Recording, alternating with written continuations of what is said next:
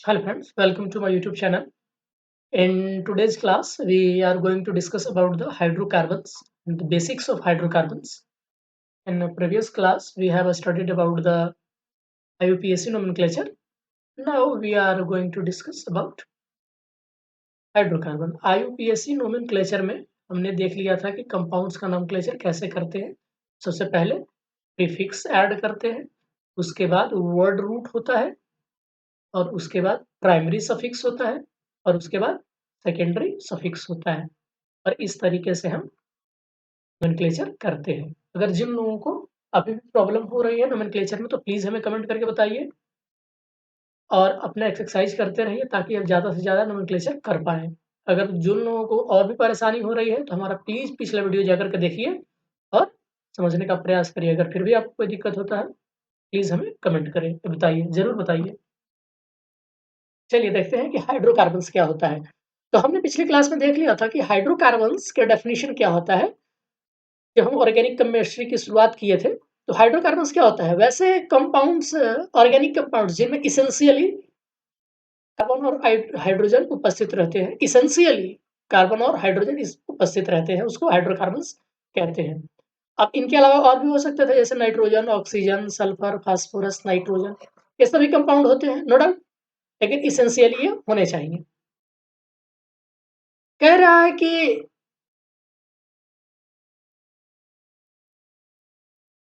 दोस्तों इसको मिला देते हैं तो ये ऑर्गेनिक कंपाउंड्स बन जाता है, लेकिन हाइड्रोकार्बन्स में जनरली ये होते हैं। ठीक है, चलिए अब इस पे कोई ज्यादा लोगों को डाउट नहीं होना चाहिए। अब हम हाइड्रोकार्बन को दो भाग में डिवाइड कर सकते हैं। पहला है सैचुरेटेड हाइड्रोकार्बन्स और दूसरा है अनसैचुरेटेड हाइड्रोकार्बन्स।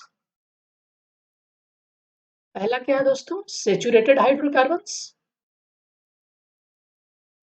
और दूसरा है अनसैचुरेटेड हाइड्रोकार्बन्स। तो दोस्तों सैचुरेटेड हाइड्रोकार्बन्स में आते हैं एल्केन्स और अनसैचुरेटेड में आते हैं एल्कीन्स और अल्काइन्स।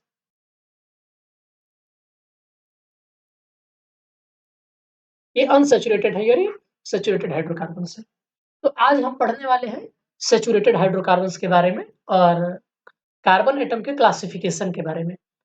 तो सैचुरेटेड हाइड्रोकार्बन्स में एल्केन आता है, तो एल्केन का जो जनरल फार्मूला होता है वो होता है CnH2n+2। CnH2n+2। अब n बराबर 1 रखेंगे तो क्या मिलेगा? CH4 मतलब मीथेन। तो एक कार्बन एटम वाला बन जाएगा मीथेन। अब n बराबर 2 रखेंगे तो क्या मिलेगा? C2H6 क्या मिलेगा? ये इथेन। ठीक है ना? अब इसमें याद रखिए प्राइमरी सफिक्स क्या है? तो n है, रूट वर्ड क्या है? इथ। आप नोमेनक्लेचर साथ साथ में करते चलेंगे।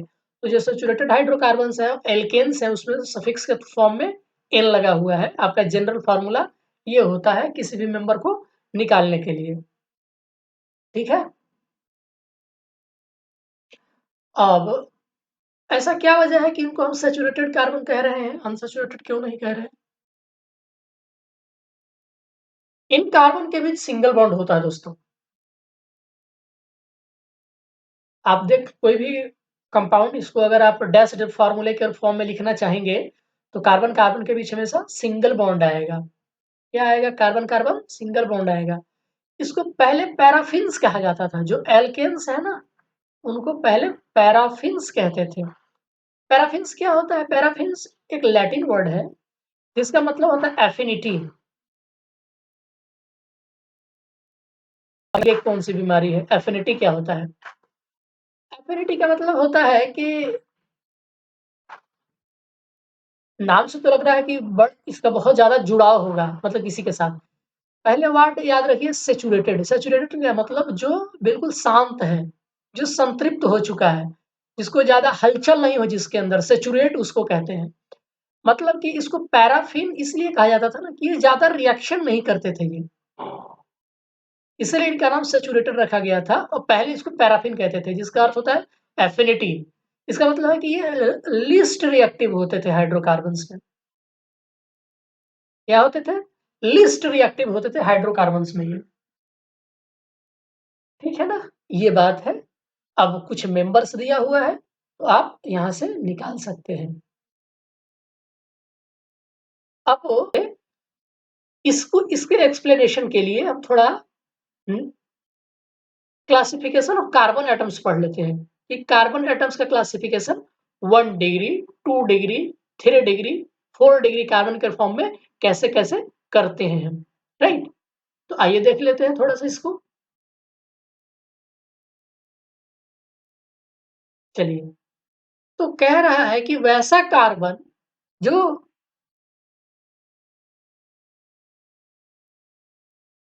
ऐसा कार्बन जो सिर्फ एक और कार्बन से जुड़ा हुआ हो, एक ही तरफ, दूसरी तरफ कोई कार्बन ना हो, तो ऐसा carbon atom 1 degree carbon atom कहलाता है। ठीक है ना? याद रखिएगा, ऐसा कार्बन एटम जो एक तरफ से किसी कार्बन एटम से जुड़ा हुआ हो, तो ये वाला carbon atom 1 degree carbon atom कहलाता है। ठीक है? जैसे CH3 में, इसमें तो कोई बात ही नहीं है, ये 1 डिग्री कार्बन है। अब जैसे CH3, CH2, अब देखिए यहाँ पर ये दोनों, ये भी 1 डिग्री, ये भी 1 डिग्री, दोनों 1 डिग्री है, इसमें 2 डिग्री का कोई कार्बन नहीं है। चलिए देखिए, अब प्रॉब्लम होगी इसके आगे वाले में। तो 1 डिग्री कार्बन क्या होता है, आप समझ गए कि जिस कार्बन एटम के साथ किसी एक ही कार्बन एटम के साथ बॉन्ड बना हुआ हो, तो उसको 1 डिग्री कार्बन एटम कहते हैं। अब कह रहा है कि ऐसा कार्बन जो 2 कार्बन के साथ बॉन्ड बनाए हुए हो, तो ऐसा कार्बन 2 डिग्री कार्बन कहलाता है। अब इधर देखिए, तो ये वाला कार्बन तो सिर्फ इसी के साथ जुड़ा हुआ है, तो ये कार्बन कैसा हुआ, 1 डिग्री। ये वाला कार्बन देखिए तो सिर्फ इसी के साथ जुड़ा हुआ है, तो क्या हुआ, 1 डिग्री। लेकिन बीच वाला कार्बन देखिए, वो इस कार्बन के साथ भी जुड़ा हुआ है, इस कार्बन के साथ भी जुड़ा हुआ है, तो कितने कार्बन हो गए, 2। इसलिए इस कार्बन का क्या नाम है, 2 डिग्री कार्बन या सेकेंड डिग्री कार्बन, या इसको कहते हैं सेकेंडरी कार्बन, इसको कहते हैं primary carbon, primary carbon atom. और इसको क्या कहते हैं, secondary carbon atom, secondary carbon atom. ठीक है? चलिए, अब 3 डिग्री कार्बन एटम देखते हैं। कह रहा है कि ऐसा कार्बन जो अपने तरफ 3 कार्बन एटम से जुड़ा हुआ हो, क्या हो, अपने से 3 कार्बन के साथ जुड़ा हुआ हो, बॉन्ड बनाया हुआ हो, तो ऐसा कार्बन टर्शियरी कार्बन कहलाता है। कैसा कहलाता है, टर्शियरी कार्बन या 3 डिग्री कार्बन कहते हैं। देखिए, तो ये वाला जो कार्बन है, इस तरफ भी कार्बन से, इस तरफ भी कार्बन से, और इस तरफ भी कार्बन से जुड़ा हुआ है। अगर दोस्तों इधर कोई कार्बन नहीं है, सिर्फ हाइड्रोजन है, तो ये हो गया 1 डिग्री, ये भी हो गया 1 डिग्री, और ये भी हो गया 1 डिग्री। सिर्फ ये है 3 डिग्री कार्बन, राइट? समझ गए? चलिए, इसको टर्शियरी कार्बन या 3 डिग्री कार्बन कहते हैं, इसको प्राइमरी कार्बन या फर्स्ट डिग्री कार्बन कहते हैं, इसको सेकेंडरी कार्बन या 2 डिग्री सेकेंड कार्बन कहते हैं। अब चलिए, 4 डिग्री कार्बन या फिर टर्शियरी कार्बन क्या होता है? तो कह रहा है कि ऐसा कार्बन जो अपने तरफ चारों कार्बन अपने ऐसा कार्बन एटम जो 4 कार्बन एटम से घिरा हुआ हो, बॉन्ड बनाया हुआ हो, ऐसा कार्बन जो अपने साथ 4 कार्बन के साथ बॉन्ड बनाया हुआ हो, ऐसा कार्बन 4 डिग्री कार्बन या टर्शियरी कार्बन एटम्स कहलाते हैं। टर्शियरी कार्बन एटम कहलाते हैं। No problem. तो आपके पास एग्जांपल्स है, यहाँ पर देख लीजिए। एक एग्जांपल है, जीता जाता एग्जांपल है, देख लीजिए। तो देखिए, इस वाले कार्बन को देखिए, इसके साथ सिर्फ यही कार्बन जुड़ा हुआ है, तो ये वाला कैसा हो गया, 1 डिग्री। इस कार्बन को देखिए जरा आप, तो ये इस तरफ एक कार्बन से जुड़ा हुआ है, इस तरफ याद रखिए हाइड्रोजन से नहीं जुड़ा हुआ, हाइड्रोजन इधर है, ये हाइड्रोजन इस तरफ है, तो हाइड्रोजन से नहीं जुड़ा हुआ है, ये कार्बन कार्बन जुड़ा हुआ है। तो ये कार्बन इधर भी कार्बन से और इधर भी कार्बन से, कि क्या हो गया, 2 डिग्री कार्बन हो गया। इस कार्बन को ध्यान से देखिए, तो इधर भी कार्बन से, इधर भी कार्बन से, इधर भी कार्बन से, इधर चारों दिशाओं में कार्बन से है, 4 कार्बन है, तो ये कैसा हो गया, 4 डिग्री कार्बन, मतलब कि टर्शियरी कार्बन एटम्स। और ये तो सिर्फ एक ही कार्बन है, तो फर्स्ट डिग्री, ये भी एक ही कार्बन है, फर्स्ट डिग्री, ये भी एक कार्बन है, फर्स्ट डिग्री। इस कार्बन को देखिए, तो इधर भी कार्बन, इधर भी कार्बन, इधर भी कार्बन, 3 कार्बन एटम के साथ बॉन्ड बनाए हुए हैं, तो ये टर्शियरी कार्बन। और ये तो एक ही कार्बन है, सिर्फ इस डायरेक्शन में, इस दिशा में, ये हो गया फर्स्ट डिग्री कार्बन। तो इस तरीके से हम क्लासिफिकेशन करते हैं, और यहीं से हमारा जवाब मिलेगा कि इसका नाम एन ब्यूटेन और एन पेंटेन कैसे रखते हैं। ठीक है ना दोस्तों? तो ये हमारा आज का छोटा-सा वीडियो था। अगले वीडियो में हम पढ़ेंगे अल्काइल रेडिकल के बारे में कि अल्काइल रेडिकल जैसे आप पढ़ रहे थे कि मिथाइल अल्काइल सल्फेशन नाम हो गया। तो पहले तो पढ़ेंगे रेडिकल्स क्या होते हैं, उसके बाद हम पढ़ेंगे अल्काइल रेडिकल्स क्या होता है, विस्तार से बारे में पढ़ेंगे कि अल्काइल रेडिकल्स कैसे फॉर्म होते हैं। आज के वीडियो के लिए बस इतना ही, मिलते हैं नेक्स्ट वीडियो में। वीडियो देखने के लिए आप सबका बहुत-बहुत शुक्रिया। धन्यवाद।